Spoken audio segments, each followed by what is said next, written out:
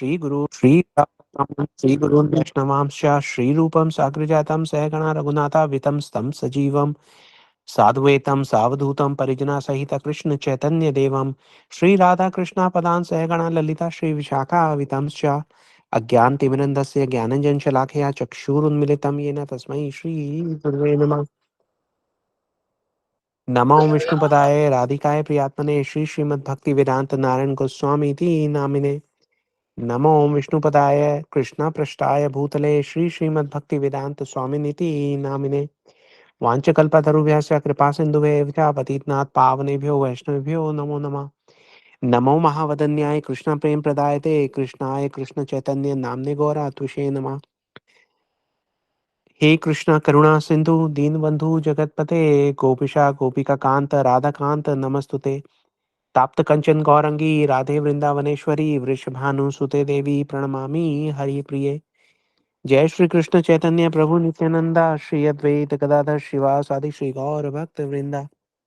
हरे कृष्ण कृष्ण कृष्ण हरे हरे हरे राम राम राम हरे हरे। सर्वप्रथम मैं अपने दीक्षा गुरु नित्य लीला प्रविष्टा श्री श्रीमद् भक्ति वेदांत नारायण गोस्वामी महाराज जी के अभय चरण कमलों में अनंत कोटि दंडवत प्रणाम ज्ञापन करता हूँ। उनके हेतु की कृपा की वांछा करता हूँ।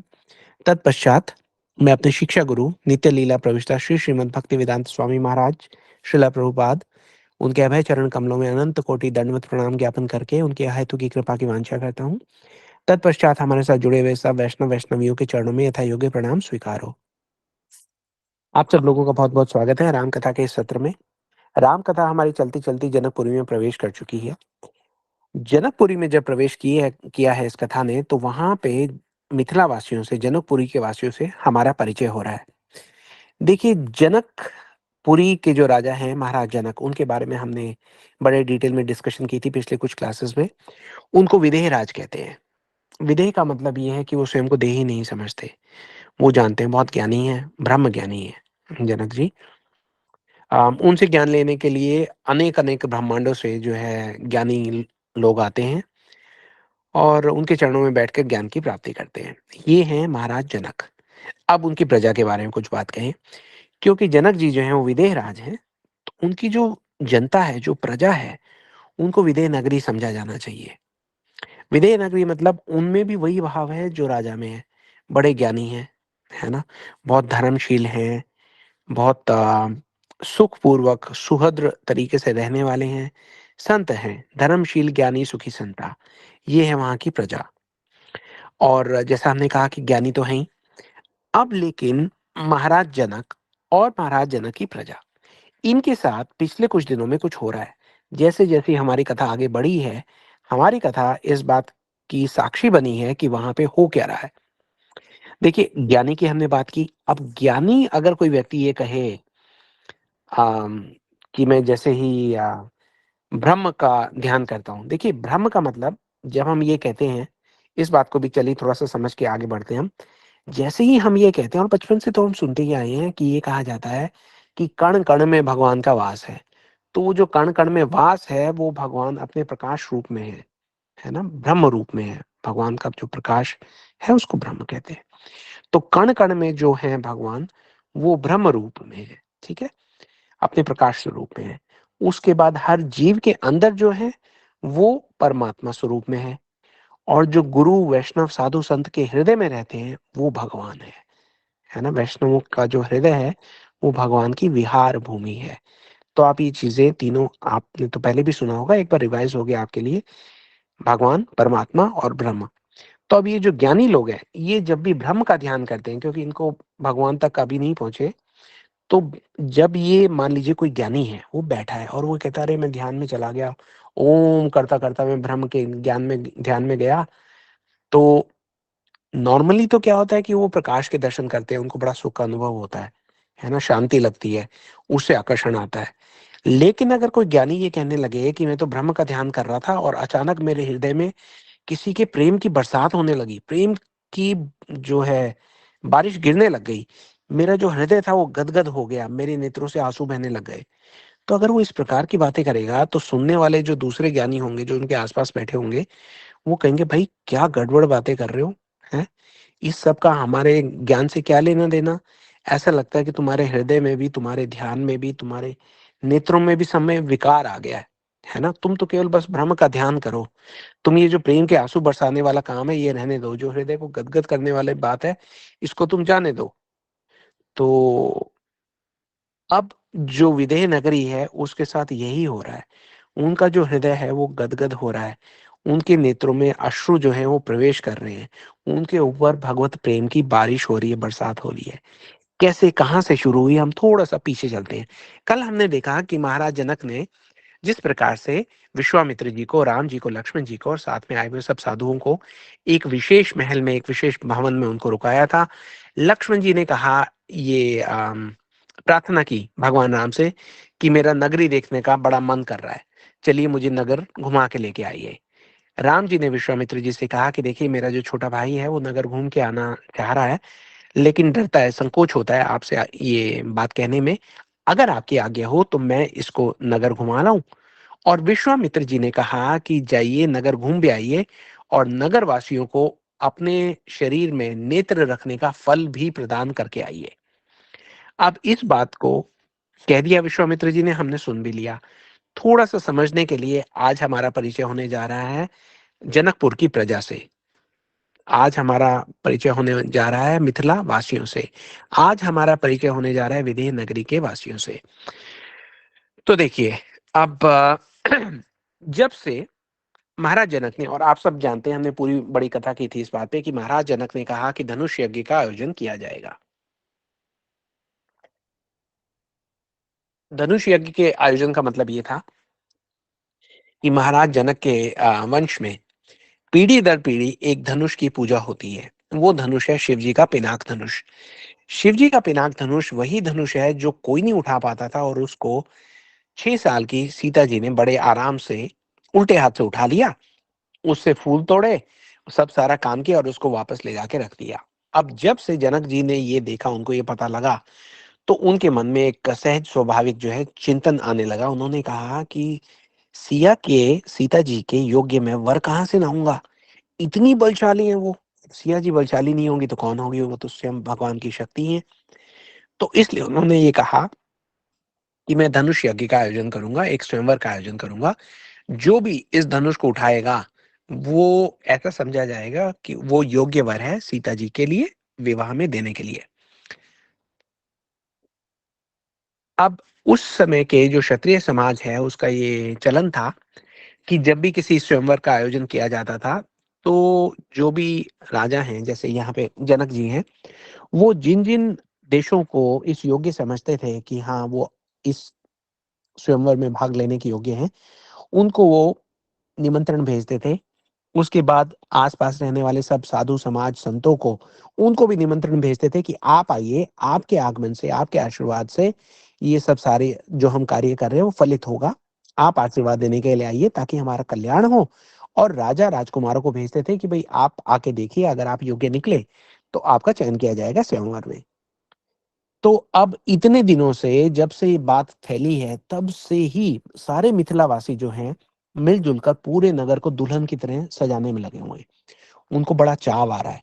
वो ये कहते हैं, अरे हमारी सिया जी के लिए, क्योंकि सीता जी से तो बहुत प्रेम करते हैं मिथिलावासी, बहुत, बहुत उनके हृदय में स्नेह है। अब सीता जी तो देखिए, जो सीता देवी हैं, सर्वगुण संपन्न, सारे के सारे गुण तो उनकी शरण में ही रहते हैं, है ना?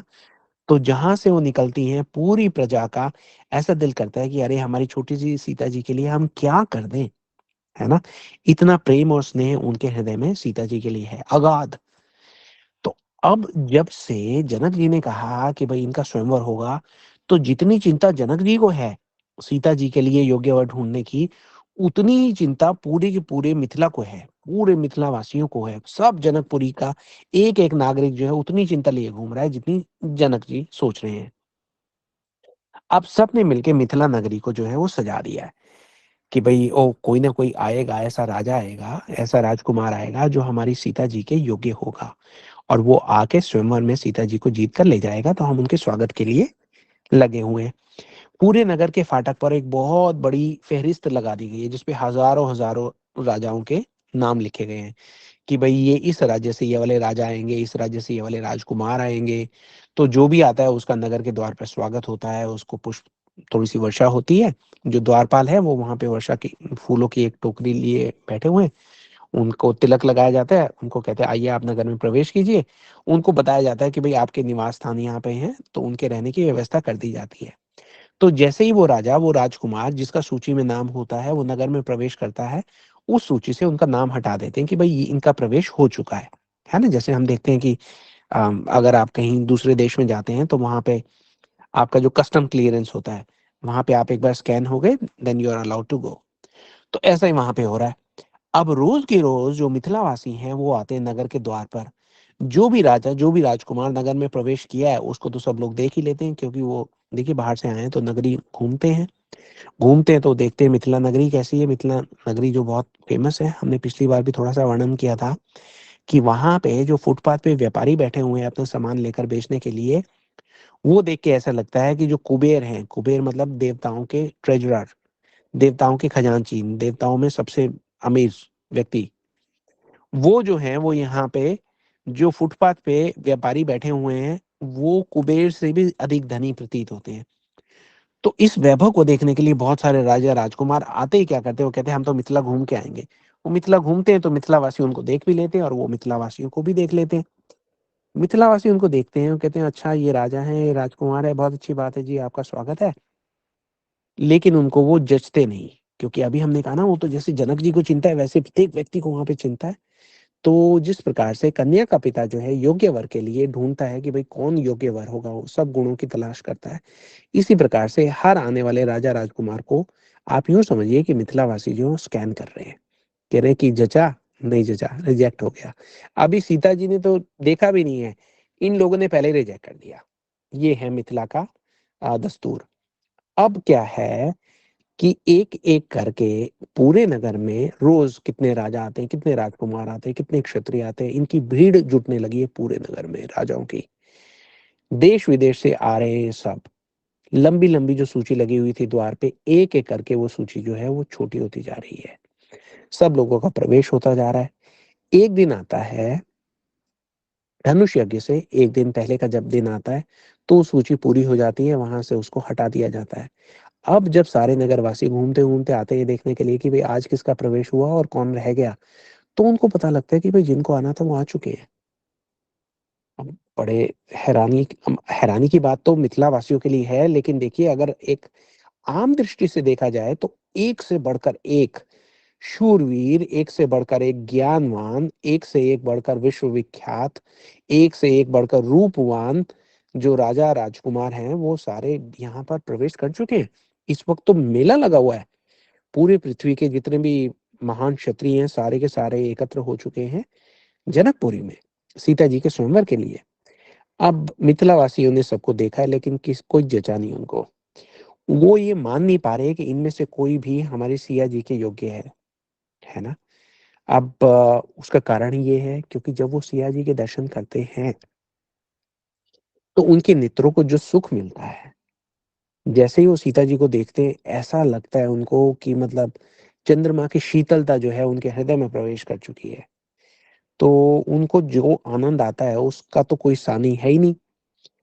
तो अब वो ये कहते हैं, जिस प्रकार से जनक जी का एक क्राइटेरिया है, जनक जी ने एक जो है एक पैमाना पकड़ा हुआ है कि भाई सीता जी ने ये धनुष उठाया था, अगर कोई राजकुमार आके धनुष उठाता है तो हम समझेंगे कि वो सीता जी के लिए योग्य है, क्योंकि एक बराबरी कर ली उसने। सीता जी ने धनुष उठाया, राजकुमार ने धनुष उठाया, तो बराबरी हो गई। इसी प्रकार से एक स्वयंवर जो है वो मिथिलावासी अपनी आंखों से कर रहे हैं रोज। वो ये कहते हैं कि जिस राजा को, जिस राजकुमार को, जिस क्षत्रिय को देखकर हमारे हृदय को वही आनंद आएगा जो सीता जी के दर्शन से आता है, तो हम ये कहेंगे कि हाँ अब बात बनी। तो स्वयंवर सीता जी तो बाद में करेंगे, ये मिथिलावासी पहले करते घूम रहे हैं पूरे नगर में सारा दिन। जैसे ही पता लगता है कोई राजा आया, कोई राजकुमार आया, गए उसको देखा, आनंद आया, नहीं आया, कोई आनंद नहीं आया, वो ऐसे मुंह बना के आ जाते हैं। अब धनुष यज्ञ का जो दिन है वो पास आ रहा है। आप देखिए सस्पेंस जो है वो बढ़ता जा रहा है। अब सब लोग जो मिथिलावासी हैं वो धीरे धीरे थोड़े से विचलित होने लग रहे हैं। वो ये कहते हैं कि भई देखिए, पहले ही हमें ये लग रहा था कि भई जो सीता जी के योग्य अगर कोई वर हम ढूँढने जाएँगे, तो वो वर कहाँ मिलेगा? क्योंकि हमें वो आनंद कहाँ आएगा, जो सीता जी को देख के आता है। हम तो उसी को क्राइटेरिया बना के चल रहे थे कि हमारे स्वयंवर का जो है, ये कंडीशन है। ऊपर से जनक जी एक और कंडीशन ले आए कि भैया इस धनुष को जो उठाएगा, वही सीता जी को वरेगा। तो अब सारी जो प्रजा है, वो थोड़ी-थोड़ी जनक जी से अम, नाराज़ है। एक अगर मीठी बात की जाए, नाराज़ का मतलब ऐसे नाराज़ नहीं जैसे विश्व में हम देखने को मिलते हैं, एक उलाहना-सा है। वो ये कहते हैं, "अरे! आपको इसकी धनुष यज्ञ की ज़रूरत ही नहीं थी। हम अपनी आँखों के आनंद से बता देते कि कौन सही वर है। ऊपर से आपने ये धनुष यज्ञ रख दिया और धनुष यज्ञ भी पिनाक धनुष का। पिनाक धनुष शिव जी शिव जी का दिया हुआ है। दिया हुआ क्या है, पूरे जनक जी के वंश में तो उसकी जो आराधना अर्चना होती है, वो तो ऐसे ही होती है कि भई ये शिव जी का स्वरूप समान है। तो वो ये कह रहे हैं, आप ये बताइए कि शिव जी के स्वरूप समान को हमारी सिया जी ने उठा लिया, वो तो मतलब उनके प्रेम में वो तो भूल ही गए हैं। उनके हिसाब से तो ये पिनाक को कोई हिलाना, मतलब उठाना तो छोड़ो, हिलाने का भी प्रश्न नहीं उठता। तो अब उनके दिमाग में है कि क्या करें, क्या करें, क्या करें? तो बड़ी इंटरेस्टिंग चीज़ होती है, आप ध्यान से सुनिए। पूरी की पूरी प्रजा, क्योंकि ये शिव जी के स्वरूप समान मानते हैं पिनाक को। अब पूरी की पूरी प्रजा जिनको सीता जी के ब्याह की इतनी फ़िक्र है, वो क्या करते हैं, सुबह, दोपहर, शाम 3 समय सब सारे मिलके भगवान गौरी शंकर के मंदिर में जाते हैं। हुँ? जो नर हैं पूरी नगर के, वो जाते हैं और वो ये कहते हैं कि देखिए, ये तो केवल शिव जी ही निर्णय कर सकते हैं वो कि वो किसके हाथ में वो धनुष को उठाएँगे और किसके हाथ से वो धनुष को हिलने भी नहीं देंगे। इसका निर्णय तो केवल शिव जी ही कर सकते हैं। तो हम जाके शिव जी से प्रार्थना करते हैं कि शिव जी, आप ही जानते हो कि सीता जी के योग्य वर कौन है, तो आप ही अब उस योग्य वर को ढूँढ कर कुछ ऐसा करें कि धनुष यज्ञ तक वो वर मिथिला नगरी में प्रवेश कर जाए, प्रवेश कर जाए, प्रवेश कर जाए। और आज का दिन उनके लिए बड़ा बहुत व्यथित हैं वो, क्योंकि सूची हटा ली गई है, जितने राजा आने थे, जितने राजकुमार आने थे, वो आ चुके हैं। अब वो सब एक्स्ट्रा जो है टेंशन में शिव जी के मंदिर में गए हैं कि शिव जी आप कुछ कीजिए, आप कुछ कीजिए, आप कुछ कीजिए। सारी नारियाँ जो हैं, वो भी गई हैं मंदिर। वो पार्वती जी से अलग से बात करने में लगी हुई हैं, अलग से प्रार्थना कर रही हैं। वो ये कह रही हैं कि हे माँ गौरी, आप तो सब जानती हैं, तो आपने नोट किया होगा कि हम कितने आपके व्रत रख रहे हैं इतने टाइम से। अब आप हैरान हो रहे होंगे कि भई हम इतने व्रत क्यों रखे जा रहे हैं आपके? एक्चुअली बात ये है कि हम जो दिन-रात आपकी पूजा-अर्चना कर रहे हैं, आपके लिए व्रत रख रहे हैं, वो इसलिए है क्योंकि हमें पता है कि शिव जी जो भी करते हैं ना, आपसे पूछ के करते हैं। तो आप एक बार ज़रा शिव जी से चेक करके बताओ कि कोई योग्य वर है उनकी निगाह में हमारी सीता के लिए? क्योंकि हमारे महाराज ने तो एक स्वयंवर रख लिया है। स्वयंवर की जो कंडीशन है वो है पिनाक धनुष। पिनाक धनुष, पार्वती जी आपको तो पता ही है, शिव जी का है। तो कोई शिव जी की मर्ज़ी के बगैर तो उस धनुष को हिला ही नहीं सकता। तो हम बस ये कहने आई थी कि आप एक बार शिव जी से बात करना, और शिव जी तो सब जानते ही हैं, तो वो जानते होंगे उस राजकुमार के बारे में जो आएगा, जो मिथिला में आएगा, हमारे मिथिला वासियों के हृदय को वही आनंद देगा जो सीता जी को देखने से आता है। वही राजकुमार आएगा जो इस स्वयंवर को जीतेगा। तो जब शिव जी सब जानते हैं, तो आप शिव जी से प्रार्थना कीजिए कि वो कुछ ना कुछ ऐसा करें कि वो राजा, वो राजकुमार जल्दी आए, क्योंकि अब समय नहीं बचा है पार्वती जी। तो ऐसी-ऐसी जो प्रार्थनाएँ हैं, अब दिन, दोपहर, शाम, रात रुक ही नहीं रही हैं। और अब जो है मिथिला वासियों को ऐसा लगने लगा है कि अब अगर कुछ होगा जनक जी से तो कुछ होने वाला है नहीं, ऐसा वो सोचते हैं। वो ये कहते हैं अब तो जो होगा, वो हमारी प्रार्थनाओं के बल पर ही होगा। देखिए, ये है उनका प्रेम, ये है उनका स्नेह, है ना? सीता जी के लिए। तो वो कह रहे हैं, मंदिरों के बाहर खड़े होके पुकार रहे हैं, वो कह रहे हैं कि कहाँ है वो राजकुमार जिसे देखकर मिथिलावासी जो हैं फौरन तैयार हो जाए कन्यादान के लिए। कन्यादान की बात हो रही है। बताओ, अभी तो स्वयंवर तो हुआ नहीं। स्वयंवर एक जो वहाँ पर महाराज जनक के महल में हो रहा है, उसके बाहर मिथिलावासी एक अलग स्वयंवर चला रहे हैं, है ना? अब जैसा हमने देखा कि सूची तो उन्होंने डबल चेक कर ली कि भैया कोई राजा राजकुमार रह गया है? तो बोले कि नहीं, कोई नहीं, सब आ गए, सूची को हटा दिया गया है। तो बोले अच्छा, फिर वो पूछते हैं, अच्छा सब साधु लोग आ गए, सब संत समाज सब आ गया? बोले कि आ तो गया है, विश्वामित्र जी नहीं आए अभी। तो सब सोचते हैं आ जाएंगे, विश्वामित्र जी भी आ जाएंगे, कोई नहीं, कोई बात जैसे भी होगी। वो उन्होंने तो आशीर्वाद देने के लिए आना है, स्वयंवर के लिए तो आना नहीं है जो उसके बारे में ज्यादा सोचा जाए। अब इतने में एक जो संदेशवाहक है वो नगर में प्रवेश करता है। नगर में जब वो प्रवेश करता है तो वो एक सूचना फैलाता हुआ जा रहा है राजमहल की ओर। सूचना ये है कि अभी अभी समाचार आया है कि जो कुल पुरोहित हैं शतानंद जी, उनकी जो माता है अहिल्या, गौतम नारी, वो शिला बनी हुई थी, इसके बारे में सब लोगों को जानकारी है। अब ये जो दूत है ये आ रहा है और सबको बता रहा है कि जो अहिल्या जी थी वो फिर से नारी बन गई है। अब सब लोग हैरान हो रहे हैं, बोले ये क्या हुआ? ये अब शिव जी को एक तरफ देखते हैं, एक तरफ वो दूत को देखते हैं। वो शिव जी से पूछते हैं कि शिव जी, आप कोई हमें संदेश देना चाह रहे हैं? हम आपकी इतनी प्रार्थना करके उठे हैं, हे माँ गौरी, क्या इस संदेश का सीता जी के स्वयंवर से कोई संबंध है? तो ऐसा सबके मन में एक स्वाभाविक विचार आ गया है। दूत जो है वो बोलता जा रहा है कि भाई वो दोबारा से नारी बन गई। अब सब लोग उनके पीछे पीछे भागे, बोले भाई ये चमत्कार हुआ कैसे, हुआ कैसे? दूत कह रहा है जाने दो भाई, मैं तो राजमहल में जा रहा हूँ। बोले नहीं, हमें बताओ हुआ कैसे, जल्दी जल्दी बताओ। तो वो कहते हैं कि कोई दिव्य राजकुमार आए थे, उनकी चरण रज से अहिल्या जी दोबारा शिला से नारी हो गई। ये कह के दूत तो आगे भाग गए। अब सब लोग एक दूसरे को देख रहे हैं, बोले ये क्या कह के गए हैं? एक राजकुमार, उनकी चरण रज से शिला जो है वो नारी बन गई, ये तो आज तक हमने सुना नहीं। अब तो भाग भाग कर लोग जो हैं दोबारा जा रहे हैं, बोले सूची निकालो भैया, हमने तो सोचा सब राजा आ गए, हमने तो सोचा सब राजकुमार आ गए, ये कौन से राजकुमार हैं जिनका नाम हमारी सूची पे है ही नहीं? और अब जब से ये दूत बोल के गया है, उनका नाम ना भी होते हुए हमारे हृदय पर अंकित हो गया है। तो ये कौन है जिनको हम जानते नहीं, लेकिन उनके विषय में ये बात सुनते ही हमारे हृदय में वही आह्लाद आ रहा है, वही आनंद आ रहा है, वही प्रेम आ रहा है, वही स्नेह की वर्षा हो रही है, जैसे किसी ने हमारी सीता जी का नाम लिया हो। तो वो ये कह रहे हैं कौन है, इनका नाम सूची में है कि नहीं है? अब वहां पे सूची में तो नाम नहीं है, तो पूछ रहे हैं कि ये यहाँ पे आएंगे या ये यहाँ पे नहीं आएंगे। अब फिर वापस जा रहे हैं शिव जी के पास, माँ गौरी के पास, कि भाई इतने जो हैं सब आ गए, ये राजकुमार कहाँ हैं? तो अब जो है, अच्छा इस बीच में जो आए हुए वहां पे राजा राजकुमार हैं, वो ये कहते हैं भाई ये तो बहुत बड़ी नगरी है, नगरी के देखो प्रजा जो है, प्रजा से बहुत प्रभावित है राजा राजकुमार। वो ये कहते हैं कि हमने तो बड़े राज्यों में प्रवेश किया, बहुत जगह गए, लोगों के पास हमने देखा भी, लेकिन जैसे धार्मिक प्रजा यहाँ की है, ऐसी तो हमने कहीं धार्मिक देखी नहीं। क्यों? सुबह सुबह देखते हैं कि सब लोग अपना काम धाम छोड़ के भगवान गौरी शंकर के मंदिर में जा रहे हैं, थोड़ी देर के लिए बाहर आते हैं, फिर वापस वहीं जा रहे हैं, फिर बाहर आते हैं, फिर दोबारा घंटी बजने लगती है, वापस वही जा रहे हैं। उसके बाद दिन रात इनके तो मंदिर खाली नहीं हो रहे। कह रहे क्या धार्मिक जगह है भाई ये। अब उनको पता ही नहीं है कि मिथिलावासी जो है वो बार बार भगवान गौरी शंकर के मंदिर में जा रहे हैं, तो क्यों जा रहे हैं? अब तो उनकी जो प्रार्थना है वो बिल्कुल एकदम चरम सीमा पर पहुंच गई है।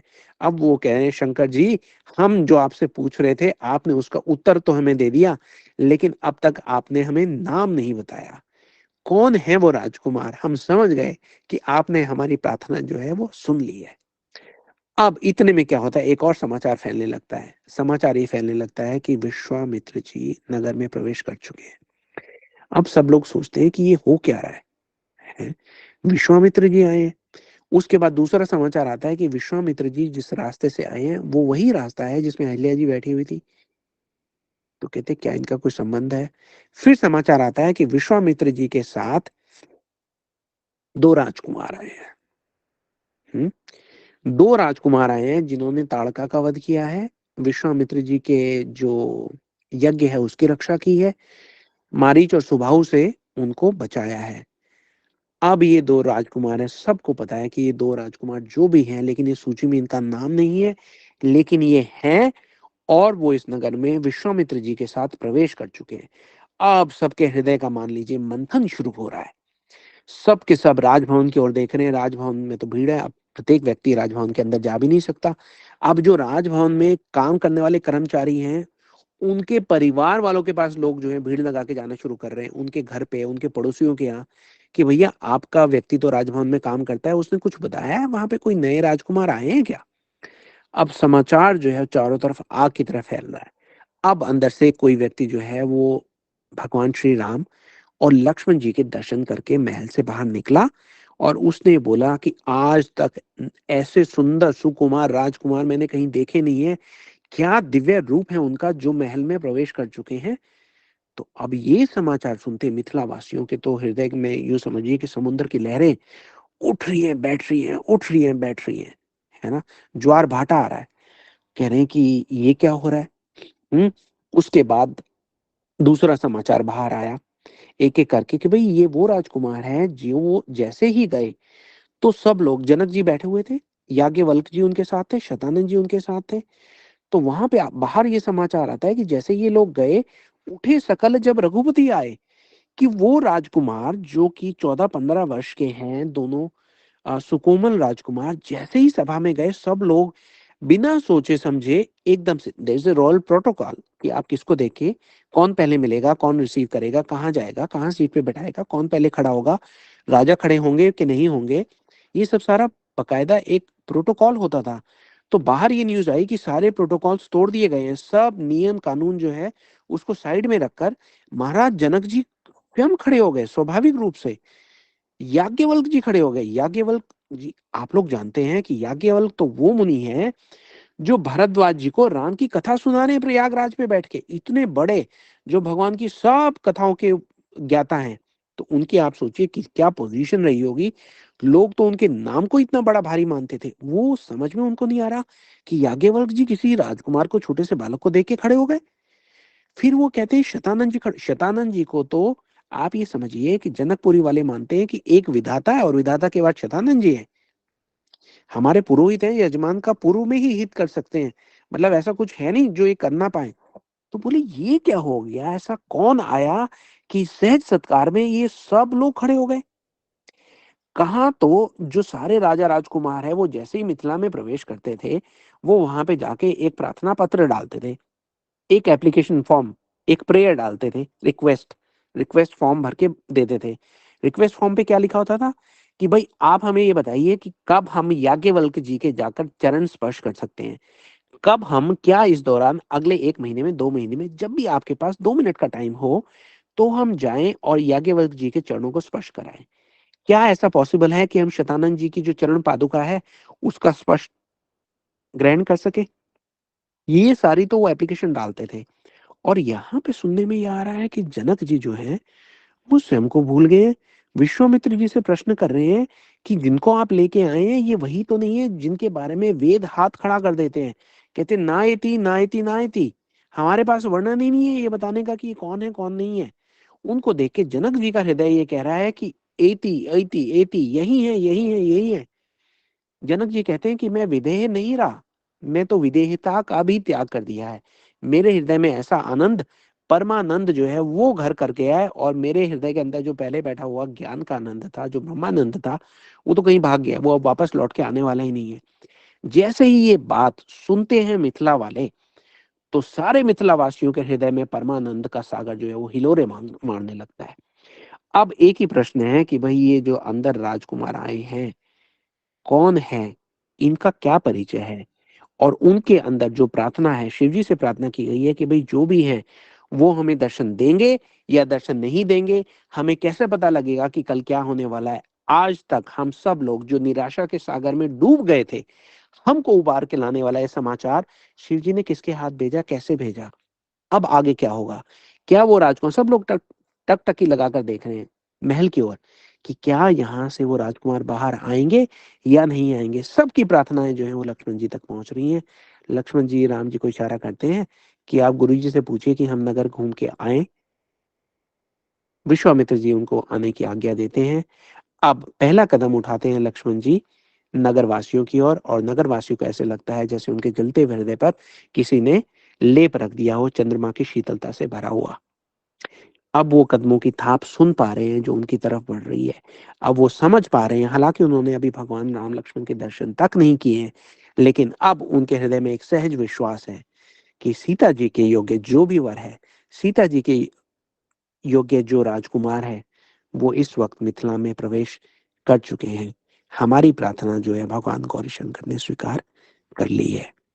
अब मिथिलावासी किस प्रकार से उन राजकुमारों को दर्शन करते हैं, दर्शन करके उनके हृदय में उठने वाले विचार क्या हैं, इसको सुनने के लिए हम आप सब लोगों को निमंत्रण भेजते हैं कि परसों हम क्लास करेंगे, थर्सडे को। हम मिथिलावासियों के साथ भीड़ में मिलकर वहां पे खड़े होने का प्रयास करेंगे, दर्शन करने का प्रयास करेंगे। मिथिलावासी कौन है उसका भी परिचय होगा। देखिए ये सारी चीजें इतनी इतनी इतनी मधुर हैं कि हमारे जैसे व्यक्ति को तो ये नहीं समझ में आता कि कहाँ से शुरू करें कहाँ से खत्म करें। बहुत बार तो हम कंफ्यूज होके ही कथा नहीं कर सकते ठीक से। तो फिर भी भगवान गौरीशंकर का हम आशीर्वाद लेंगे। आप सब लोगों की जो प्रार्थनाओं का बल है वो हमें इस योग्य बनाए कि हमारे मुख से निकलने वाले जो शब्द हैं वो सही समय पे निकलें, सही अर्थ लेकर निकलें और आप सब लोगों के हृदय में कुछ स्थान प्राप्त करें। आप सब लोगों के आशीर्वाद की वांछा करते हुए आज का ये सत्र हम यहीं पर बंद करते हैं, इस कथा को विश्राम देते हैं। कल की हमारी जो कथा होगी वो बहुत विशेष होगी, क्योंकि कल का शुभ दिवस वो है जिसकी हम जन जन्मांतर से प्रतीक्षा करते हैं, श्री रामनवमी का शुभ महामहोत्सव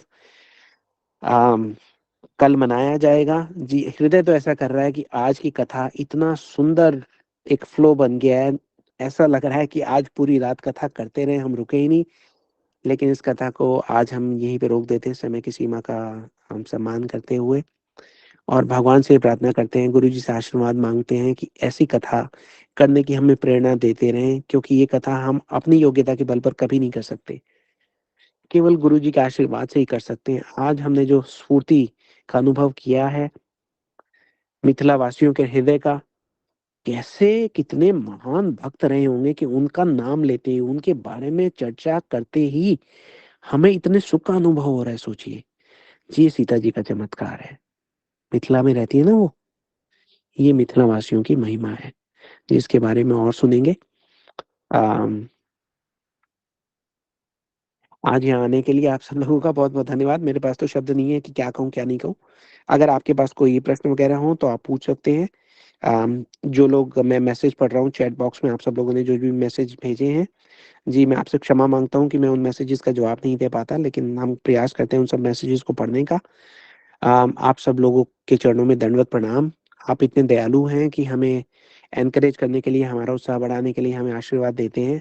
हमें बहुत अच्छा लगता है। इसी प्रकार से आप हमें लिखते रहिए, मैसेज देते रहिए, बोलते रहिए, बताते रहिए, हमारी सेवा को ग्रहण करते रहिए। इसके लिए हम आपके सदैव सदैव आभारी रहेंगे।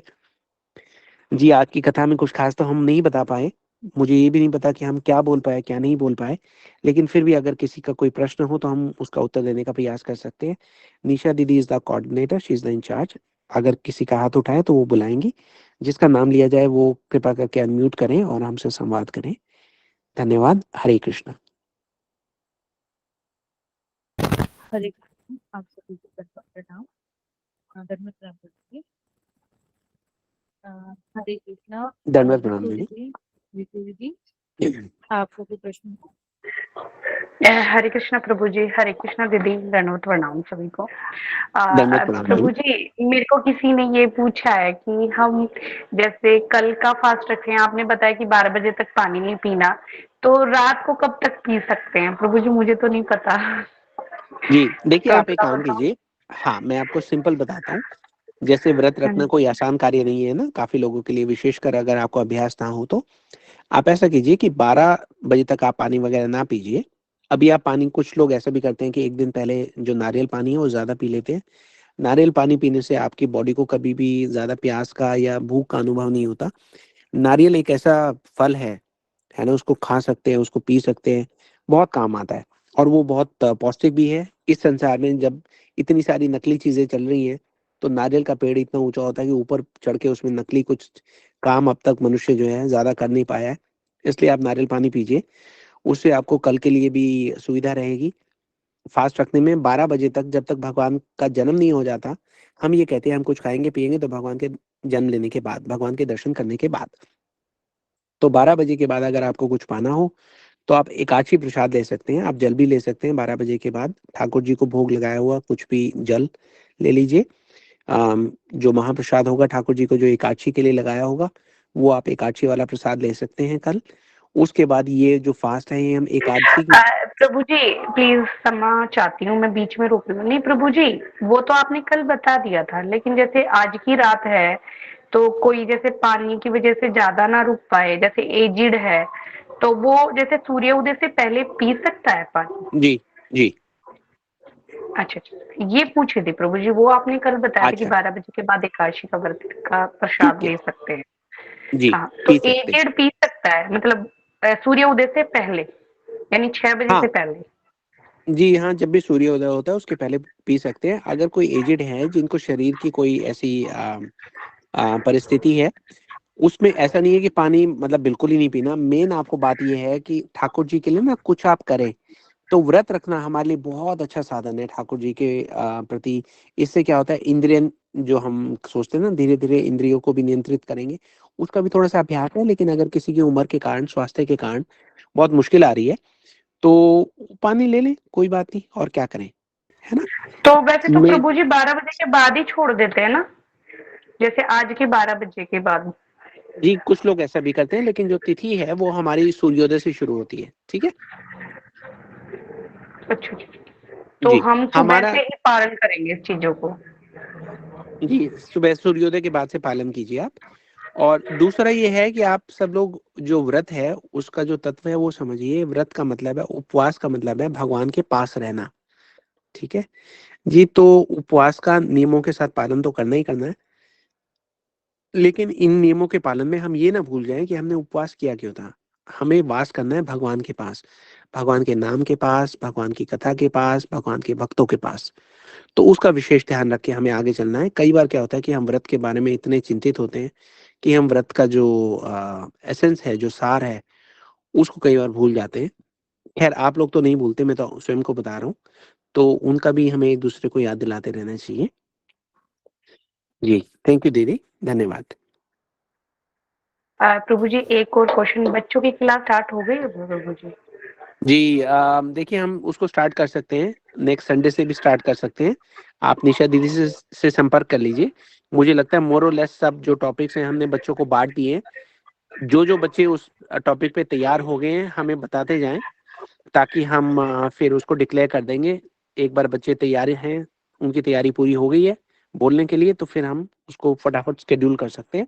हम एक काम करेंगे कि संडे को विशेष प्रभु क्लास जी किया करेंगे। मैं ग्रुप से थोड़ा लेफ्ट हो गई, मैं फोन की वजह से, तो मुझे नहीं पता अब पहले जो बच्चों से क्या कराना है क्या नहीं कराना। अच्छा देखिए, आप निशा दीदी से संपर्क कर लीजिए और कोशिश कीजिए कि आगे से आप उसमें उसको ना लीव नहीं कीजिए ग्रुप को, वरना फिर मैसेजेस ढूंढना आपके लिए बड़ा मुश्किल है। आपको सारे सारे मैसेज ढूंढ के देने में भी कुछ मैसेज कोई रह ना जाए ना, तो कोशिश कीजिए आप ग्रुप को लीव ना करें। आप निशा दीदी से प्रभु जी मैसेज मेरे पे। फोन की प्रॉब्लम से हो गए थे, फोन तोड़ दिया था बच्चे ने, तो इसलिए इस ओहो। वजह से हो गया था। हाँ जी हाँ जी जी। जी, कोई बात नहीं, जैसे मैंने कहा आप निशा दीदी से संपर्क कर लीजिए, वो आपको दोबारा ज्वाइन करा देंगी, नो प्रॉब्लम। ठीक है प्रभु जी, हरे कृष्णा, धन्यवाद प्रभु हरे जी, कृष्ण। धन्यवाद। दंड प्रणाम दीदी। हरे कृष्णा। निष्प्राति दीदी। हरे कृष्णा। हरे कृष्णा दीदी, हरे कृष्णा प्रभु जी, दंडवत प्रणाम। दंड प्रणाम दीदी। प्रभु जी कथा बहुत अच्छी लगती है, पर प्रभु जी एक बात है कि समय, ये समय क्यों बीच में आ जाता है प्रभु जी? इतना आनंद आता है हमें कथा में, इतना आनंद आता है, मन करता है सुनते ही रहे सुनते ही रहे। बहुत दिनों से सोच रही थी मैं आपसे ये डिस्कस करूँ कि समय माया के रूप में आता है बीच में, या हमें मतलब हमारी क्यूरियोसिटी बढ़ाने के लिए आ जाता है, या हमें और आनंद जी देने के देखिए, लिए आ जाता है, आ जाता जी है। शायद आनंद देने के लिए आता है, हमें ये बताने के लिए आता है कि समय जो है किसी की प्रतीक्षा नहीं करता है। रूप गोस्वामी ये कहते हैं कि हमें भगवान की अगर भक्ति चाहिए तो उसके लिए एक हमें मूल्य चुकाना होगा। वो मूल्य क्या है? तो कहते हैं कि एक ही मूल्य हम चुका सकते हैं, वो ये है हमारे हृदय में लौल्यम होना चाहिए, लालच होना चाहिए भगवान की भक्ति का। तो कथा भी ऐसी है कि हम थोड़ा बोलें और थोड़ा सा जो लालच है वो अगले दिन के लिए रख लें, कि भाई आगे क्या होगा ये जानने की एक उत्कंठा, एक लालसा, एक लालच हमारे हृदय में बना रहे ठाकुर जी के प्रति ना। हम जब भी कथा सुने तो हम सोते हुए भी ये सोचे कि अरे इस कथा में ऐसा हुआ होगा, उन्होंने कैसा सोचा होगा। जी ये भी बहुत बड़ा मनोरथ है, जब भी हम कथा सुने हम सोचे कि ये जो भगवान के भक्त हैं इनके मन में क्या भाव उठते होंगे। हम सोचे, हम स्वयं को उनकी जगह रख के देखें कि भाई कैसे कैसे भाव होंगे, उन भावों का अनुभव करके उनको क्या सुख की प्रतीति होती होगी, है ना। तो ये भी भक्ति का बहुत स्ट्रॉन्ग संस्कार है, बहुत एक इम्प्रेशन है। जब हम ऐसा बार बार सोचेंगे तो हमारे हृदय में उनका जो आशीर्वाद है वो अंकित होने लगेगा। ऐसा हमें करना चाहिए। जी प्रभु जी, जी हरि बोल प्रभु जी, बहुत अच्छी लगी ये हरे कथा। पर बस ये सोचते रहते हैं अब क्या होगा।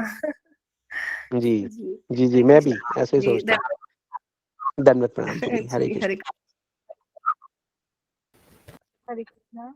राज गौतम गुरु। प्रभु जी हरे कृष्णा, दंडवत प्रणाम। दंडवत प्रणाम दीदी, हरे प्रभु कृष्णा। जी, हाँ जी। जी आपने मेरे को कल बताया है कि पूरा दिन व्रत रखना है। व्रत तो हमारे चल ही रहे हैं प्रभु जी, सारे नवरात्रों के। लेकिन कल जैसे आपने बताया तो बहुत अच्छा लग रहा है, बहुत आनंद आ रहा है। ऐसा लग रहा है कि जैसे बस कल का दिन आए और राम जन्म हो, और बस हम आरती करें और भगवान का अपना अंदर ही अंदर हम ये सोचते रहे कि भगवान अभी बहुत छोटे से हैं, बहुत शिशु रूप में है, बाल रूप में है। प्रभु जी धन्यवाद आपका, बहुत बहुत हार्दिक धन्यवाद। बस इसी तरह से आप हमें आशीर्वाद देते रहें कि हम भगवान की कथाएं सुनती रहें और उनको देख कर याद करते रहें। बस हमें और कुछ नहीं चाहिए प्रभु जी। हरे कृष्णा। हरे कृष्णा दीदी, आपका बहुत बहुत धन्यवाद जी। मेरे जैसा व्यक्ति तो आशीर्वाद देने क्या, आशीर्वाद लेने के योग्य भी नहीं है, लेकिन हम सब नहीं मिलकर प्रभु अपने जी। गुरुजी से प्रार्थना कर जी सकते हैं कि वो हम सबको अपनी जी आशीर्वाद की छाया में रखें।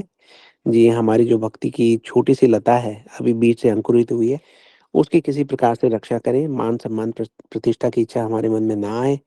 हम सब लोग, सारे गुरु भाई बहन, एक दूसरे के साथ मिलकर ये कथाओं का श्रवण कीर्तन करते रहें। अपना जो समय जी है ज़्यादा से ज़्यादा भगवान की गतिविधियों में लगाए रखें, क्योंकि समय जो है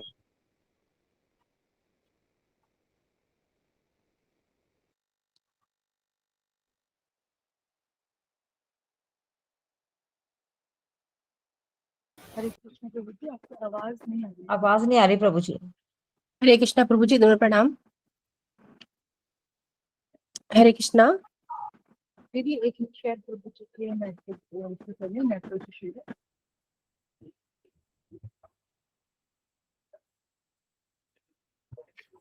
हरे कृष्ण प्रभु जी। दीदी हरे कृष्णा। दीदी आवाज नहीं आ रही है। हाँ दीदी, मैं बोल रही हूँ शायद प्रभु जी के साइड में ना अभी नेटवर्क इशू हो रहा होगा। 2 मिनट वेट करते हैं।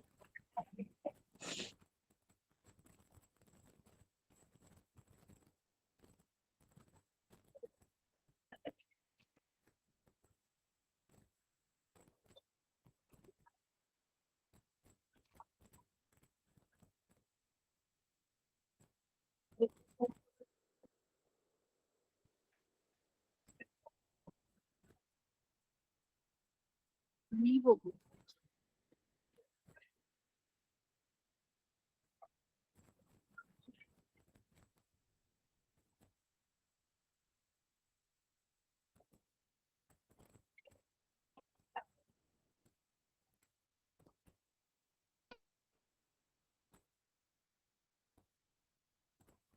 मैं एक अनाउंसमेंट कर देते हैं। कल को एक बहुत स्पेशल सेशन होगा हमारा, श्री राम जन्म पर। तो 7:30 से 8:30 वेरी स्पेशल सेशन। और मैं इसका मैसेज अभी उसमें कथा के बाद आ जाएगा। प्रभु जी तो आप सबको बहुत आमंत्रण है, आप सब जरूर आइएगा कथा में। समय यही रहेगा 8:30, 7:30, 8:30। हो गया।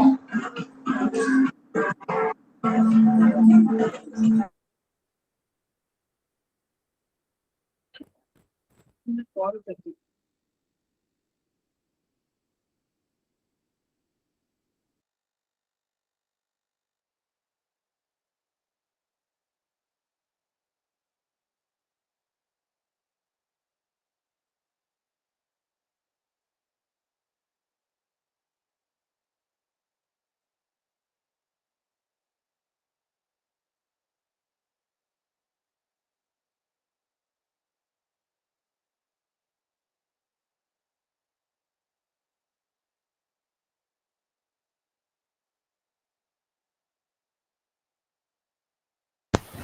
प्रभु जी आ रहे हैं, वो ज्वाइन।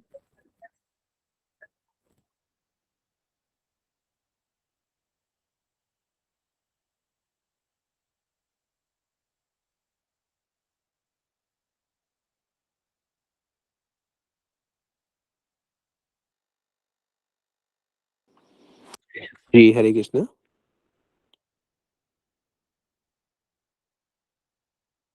जी, आप लोगों को आवाज़ आ रही है अभी?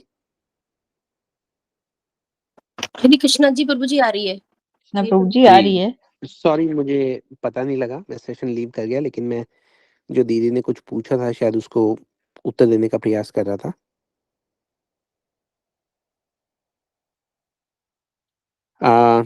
जी, और किसी का कोई प्रश्न है?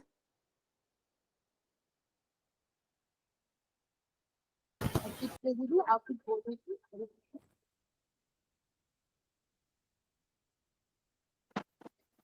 हरे कृष्णा प्रभु जी, दंडवत प्रणाम।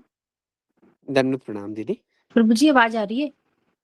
जी, आपकी आवाज़ आ रही प्रभु है। जी आप कथा करते हैं, देखिए प्रभु जी उसका फल ये है, जो दीदी अभी बोल रही थी, जो भगवान के लिए अश्रु बहा रही है, तो प्रभु जी ये तो फल है कथा का। किसी जीव के अंदर भगवान के लिए ये प्रेम हो जाना, ये कितनी बड़ी बात है। क्योंकि हमें माता, सही जो बात है। दुर्गा माता है, वो हमें ये तो देती है, हमें जो हम हमसे मांगेंगे भगवान का प्रेम, और शंकर जी सब, ये तो कथा का सार है ना। प्रभु जी मैं जी, सही हूँ? जी, बिल्कुल, बिल्कुल, बहुत क्योंकि बढ़िया बात है। प्रभु जी, जो व्यक्ति बचपन से, प्रभु जी हम भी यही करते आए थे, शंकर जी की पूजा और माता की पूजा, लेकिन हमें पता नहीं था कि हमें जाना कहाँ है, हमारा स्वरूप क्या है। तो जो राम से प्रेम जी, करेगा, जो कृष्ण से प्रेम करेगा, तो उसको तो फिर भव सागर पार हो ही जाना है ना। उसको तो फिर ये कर्म बंधन, ये सब जो संसार की प्रपंच है, माया, सब उसको कहाँ मोह सकती है प्रभु जी। तो ये कथा का फल प्रभु जी यही है कि किसी एक व्यक्ति के अंदर भी यदि भगवान के प्रति प्रेम हो जाए, वो अश्रु बहाए, अपने भगवान की याद के लिए इंतजार करे, प्रतीक्षा करे, प्रभु जी इससे बड़ा तो मैं नहीं समझती कुछ और होगा। और प्रभु जी दीदी जी, तो सही सिर्फ कह बात है। पाई, बाकी लोग, कुछ लोग के दिल में होगा वो कह नहीं पाए होंगे, जिसे मैं भी मतलब निशब्द हूँ आपकी कथा सुनकर। तो प्रभु जी बस ये फल है कथा का कि सबके हृदय में भगवान राम, हमारे श्री राम के लिए इतनी श्रद्धा हो कि उनके लिए आंसू बहाए, भगवान अब तक आप कहाँ थे, हमें क्यों नहीं मिले। जी, तो प्रभु जी कथा का जी, आपका यही फल है। प्रभु जी आपको दंडवत प्रणाम। आपके चरणों में जी, गुरुदेव की कृपा ऐसी बनी रहे आपके ऊपर, आप सबको कृतार करते रहें कथा के द्वारा। बस प्रभु जी यही हमारी कामना है। हरे कृष्णा, हरि बोल, दंडवत प्रणाम प्रभु जी। दंडवत प्रणाम दीदी, आपके आशीर्वाद के लिए, आपके द्वारा दिया गया आदर सम्मान मैं अपने गुरुजी के चरणों में रखता हूँ और उनसे प्रार्थना करता हूँ कि सदैव हम पर अपना आशीर्वाद बनाए रखें, हम सब लोगों पर, और इतने सुंदर-सुंदर भाव जो हैं वो हमारे हृदय में प्रकट होते रहें। अ, जी, गुरुजी कैन मेक इट हैपन, जैसा हमने कहा कि एक जो वैष्णव है, उनका जो हृदय है वो गोविंद की विहार भूमि है ना? तो वो भाव हमें दे सकते हैं, और उसका एक छींटा भी अगर पड़ जाएगा तो हमें आनंद से भर जाएँगे हम। चलिए, इस विषय पे ज़्यादा कहने की मेरी योग्यता नहीं है, इसलिए मैं आगे कुछ नहीं बोलूँगा। दीदी ने काफ़ी कुछ सम अप कर ही दिया है। We 100% agree with whatever she said. Rajiv Prabhu कुछ कहना चाहते हैं? हरे कृष्णा प्रभु जी, दंडवत प्रणाम सभी वैष्णवों को, अनंत कोटि दंडवत प्रणाम प्रभु जी। अनंत कोटि प्रणाम प्रभु जी। प्रभु जी, एक एक क्वेश्चन तो ये है कि कल की महत्वपूर्ण कथा का जो लिंक है वो किस समय प्राप्त होगा, और जी, दूसरा बस वो प्रश्न लिंक ये आने है। वाला है। जी, लिंक आने वाला अच्छा है। आप जी, सब लोग अपने जानने वालों में सब में उसको बाँट दीजिए। जी जी, ज़्यादा से बस ज़्यादा यही लोगों को यही इनवाइट कीजिए। हाँ जी जी। अच्छा प्रभु जी, देखिए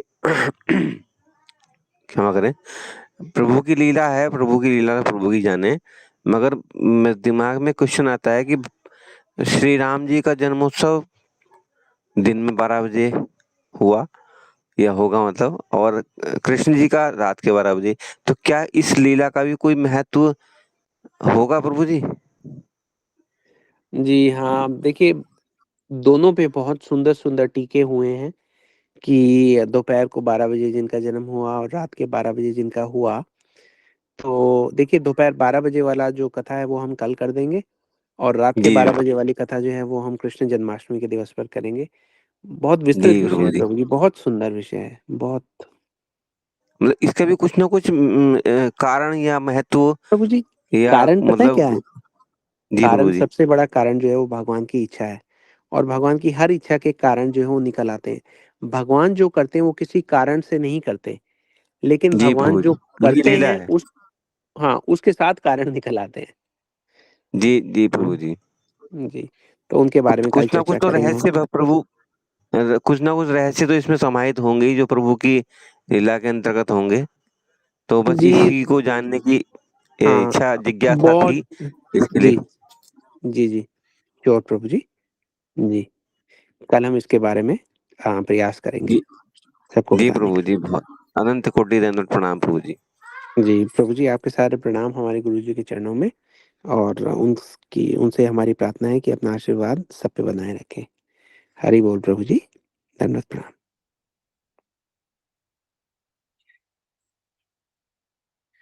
जी, अगर और किसी का कोई प्रश्न नहीं है तो फिर ये वाला सत्र अब हम यहाँ पे विश्राम देते हैं, और कल दोबारा आप लोगों से भेंट होगी। जैसा हमने कहा कि कल की कथा विशेष रहेगी। आप सब लोग उस कथा को अपने जानने वालों को ज़्यादा से ज़्यादा उसका वितरण करें, और कोशिश करें कि ज़्यादा से ज़्यादा लोग भगवान मर्यादा पुरुषोत्तम श्री भगवान की जो कथा है उसके कीर्तन श्रवण में भाग ले सकें।